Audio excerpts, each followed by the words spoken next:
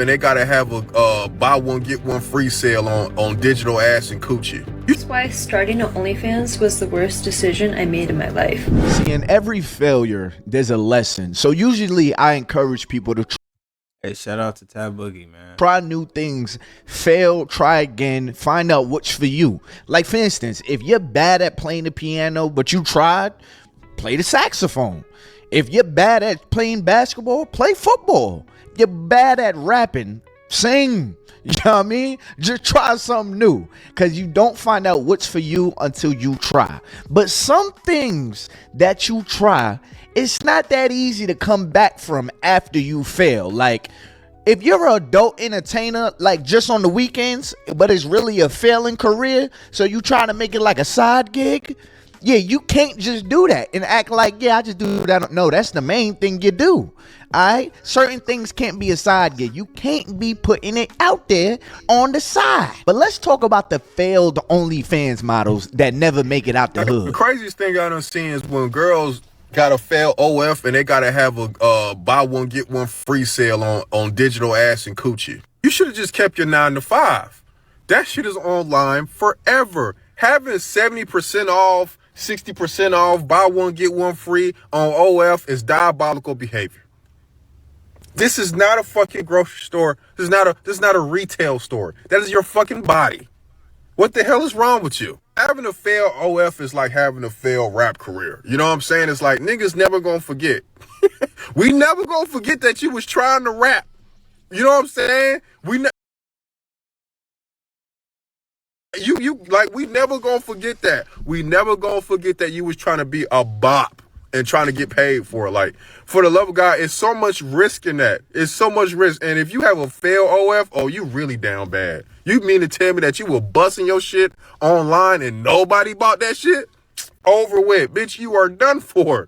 It's like, over with. For the love of God, keep your 9 to 5. You know what I'm saying? Keep your job. Just stay out the way of that industry, man. Motherfucker be lying to you, G. They be lying to y'all, man. That brother ain't lie at all. Like, imagine how humbling that gotta be. Like, you sitting there giving yourself a pep talk in the mirror right before you create your account. Like, girl, you are a queen. You have a gem. You are the prize, and the prize is between your legs. These brothers gonna pay. Then you list your body to be seen for $4.99. Same price as a Big Mac. You go ahead and post up your body. You put it up there and you just assume this is the moment that we getting out the hood. You walk away from your phone. You come back and you have 2 likes. Knowing damn well you got 5,000 to 10,000 followers. Imagine that. That gotta be a different level of humbleness. Humble pie that you got to bite. Because for you to tell yourself, You know what though? That's what there's a lot of, self-deleting within that industry because, typically, a lot of the women they are on different type of, drugs. They're having issues as far as keeping themselves happy. They're not able to properly love themselves because the thing that they're doing is they're devaluing. See, look, here's the thing, right? They consciously know, like, they're devaluing themselves, right? But they make excuses like, well, this is the only way, it's the only way I know. Woody woo. I ain't heard, a plethora of the things, certain, some of the women that works in, the industry say, right? It'd be curious to me, because I just be curious to hear their reasoning behind, making such a drastic decision as posting themselves online. And, some of them have kids. So it's just like, dang, that's hella inconsiderate. Because it's like, the more these generations get passed down is the worse the kids are going to get. That's just my opinion, right? So when it comes to how kids are, especially when they're in school, they're very blunt. They're very nasty. And when I say nasty, I'm talking about attitude wise, and they're gonna pick on you. They're gonna pick on you, right? I'm telling you, do not let them kids find, your mom busting it down online. You're not gonna be able to crack a joke. It's gonna be hard to make friends because here's the thing, right? You're gonna feel a certain way trying to hang out with people, and you know, they know how your mama get down on the internet. So here's the thing.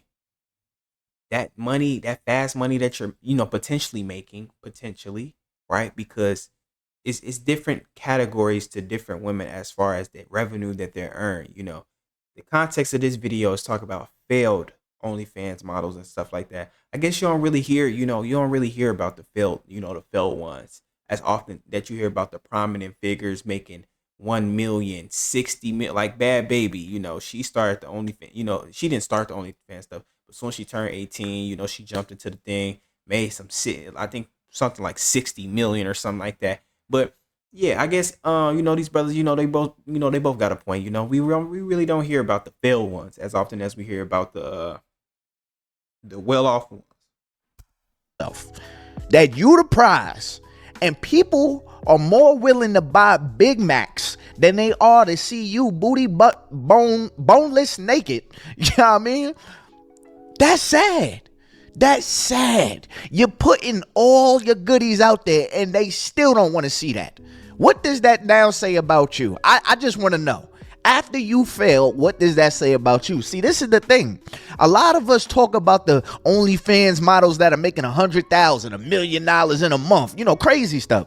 But what happened to all the other millions that's trying to, reach the top, that they just putting their body out there, exploiting themselves, and they not getting nowhere? They still working at Dollar General trying to make ends meet. Meanwhile, the manager and the other employees in the back room like, have you seen Brenda? She got her leg up tonight. The leg was up. That's what I want to know. Where they at? Where the failed stories at? Yo, what happened to all them girls that started OnlyFans in like 2020 and 2021? Are y'all still trying? Because like a lot of y'all failed. I don't know. I just remember so many girls from my high school starting OnlyFans like as soon as they turned 18 and graduated. And it's like they didn't even give life a chance. They just straight to OnlyFans. And it don't seem like any of them are millionaires now.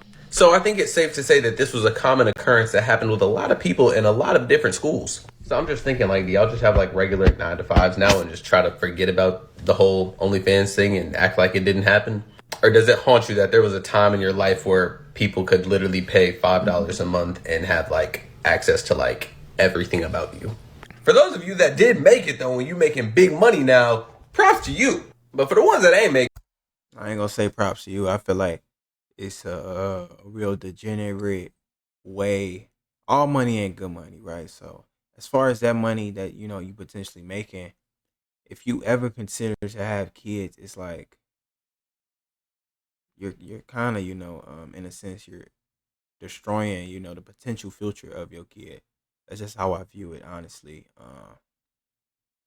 And I guess a lot of the women that do it, they really don't think about it like that, because with the internet being how the internet is,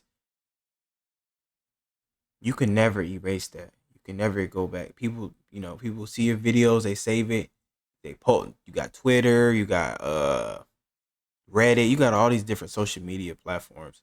So social media gonna be social media. You can't delete it, right?